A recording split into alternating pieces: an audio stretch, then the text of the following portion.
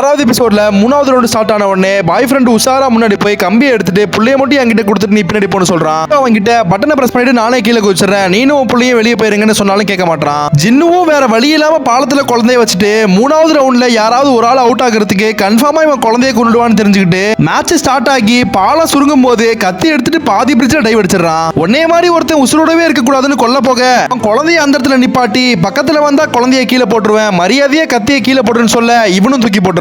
அதே நேரத்துல அங்க பிளேயர் 246 கிட்ட தீவு எங்க இருக்குன்னு கேட்டு கோஸ்ட் கார்டு கிட்ட இன்ஃபார்ம் பண்ணிட்டு தம்பிகாரன் அண்ணன் தேடி வரான். பட்டன் அமுக்குனாதான் மேட்ச் ஸ்டார்ட் ஆகுன்றதுனால குழந்தைய கீழே வச்சுட்டு கத்திய வச்சு ஜின்ஹூ குத்தி கொள்ளலான்னு வந்தா நடந்த சண்டையில 2 பேரும் உருண்டு போய் கான்கிரீட் கம்பியை பிடிச்சு தொங்கிட்டு இருக்கானுங்க. ஹீட் தாங்காம கிரிப் ஸ்லிப் ஆகி பாய் ஃப்ரெண்ட் செத்துற ஜின்ஹூ மேல ஏறி வந்துடுறான். ஆனா இன்னும் பட்டனை பிரஸ் பண்ணாததுனால அதை அமுக்கிட்டு யாராச்சும் ஒரு ஆள் எலிமினேட் ஆகிரணும். 2வது வாட்டியா ஜின்ஹூ ஜெயிக்க போறான்னு விஐபிலாம் இங்க ஆர்வத்தோட இருக்க நாங்க ஒன்னும் பந்தய குதிரை இல்ல, நாங்க சாதாரண மனுஷங்க சொல்லிட்டு செத்துறான். அதே நேரத்துல கோஸ்ட் கார்டுலாம் வந்துற லீடர் தீவுல இருக்க மொத்த பாமையை ஆக்டிவேட் பண்ணிட்டு விஐபி க்ரூலாம் எவாக்குவேட் பண்ணதுக்கு அப்புறம் கடைசியா குழந்தை கூட்டிட்டு போகும்போது தான் தம்பிகாரன் கண்ணோட வந்து நிக்கிறத பாப்பான். இதுக்கப்புறம் நீ வயசுக்கு வந்தா என்ன வரலாம் என்னன்னு ரெண்டா சின்னசாமின்னு கடையை மொத்தமா காலி பண்ணிட்டு புதுசா கடையை போட கிளம்பிடுறானுங்க. குழந்தையும் அது ஜெயிச்ச 45.6 பில்லியனை சேர்த்து தம்பி கிட்ட லீடர் ஒப்படைச்சிட்டு அங்க ஜின்னுவோட பைசா மொத்தத்தையும் எடுத்து அமெரிக்கால இருக்க அவளோட பொண்ணு கிட்ட உங்க அப்பா செத்துட்டாருமான்னு லீடர் கொடுக்குறான். கொரியால இருக்க வேண்டியவன் யூஎஸ் எதுக்குடா சுத்திட்டு இருக்கான்னு பார்த்தா